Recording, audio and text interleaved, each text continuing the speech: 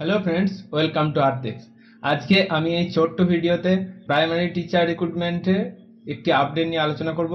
এখানে কাউন্সিলিং সম্পর্কে পর্ষদ সভাপতি যা জানালেন সেটি এখানে আমি বলবো।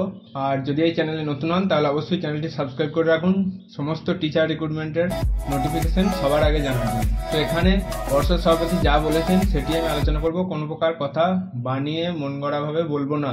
সুপ্রিম কোর্টের নির্দেশে 2926 জন মানে প্রায় 3000 জন প্রার্থীর ইন্টারভিউ নেওয়া শুরু হয়েছে। এরা আগেই টেট পাস করেছে, কিন্তু 2020-22 শিক্ষাবর্ষে ডিএলএড এ উত্তীর্ণ হয়েছে, মানে তখন এদের ডিএলএডটি ছিল না, তাই এখন ইন্টারভিউ নিচ্ছে। এছাড়া পর্ষদ সভাপতি গৌতম পাল জানিয়েছেন প্রতিদিন 500 জন করে প্রার্থীর ইন্টারভিউ নেওয়া হবে। জেলা ভিত্তিক যেমন নিয়োগ চলছিল ঠিক সেইভাবে রাজ্য কোটাতেও 1100 জনেরও বেশি প্রার্থীর কাউন্সিলিং পর্ব সদ্য শেষ করলো পর্ষদ। যেসব প্রার্থীরা নিজের জেলাতে পোস্টিং পায়নি, মানে শূন্যপদ শেষ হয়ে গিয়েছে বলে, তাদের চয়েস দেওয়া হবে নিকটবর্তী জেলা বেছে নেওয়ার জন্য, এটিও জানিয়েছে কাউন্সিলের পক্ষ থেকে।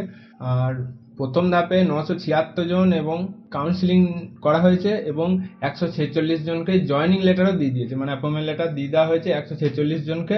আর এরা স্কুলে যোগও দিচ্ছেন, তবে পরবর্তী ধাপে কাউন্সিলিং ভোটের পরেই হবে।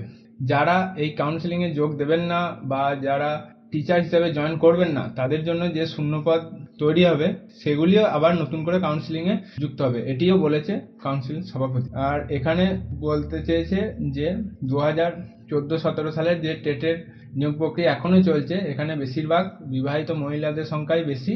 আর জেলাতে শূন্যপদ না থাকার কখনো কখনো তাদেরকে আশেপাশের জেলাতেও চাকরি করতে যেতে হচ্ছে, তাই তারা নিজেদের মধ্যে বদলির প্রক্রিয়া চালু করতে চান, এটাই শিক্ষক মহল থেকে জানানো হচ্ছে। আর এই যে নিয়োগটি হচ্ছে এটা 14 এবং 17 সালের টেট পরীক্ষার উত্তীর্ণদের নিয়োগ। তো এই ছিল ছোট্ট আপডেটটি। ভিডিওটি ভালো লাগলে অবশ্যই লাইক করবেন আর শেয়ার করে দেবেন। Thank you for watching Artex.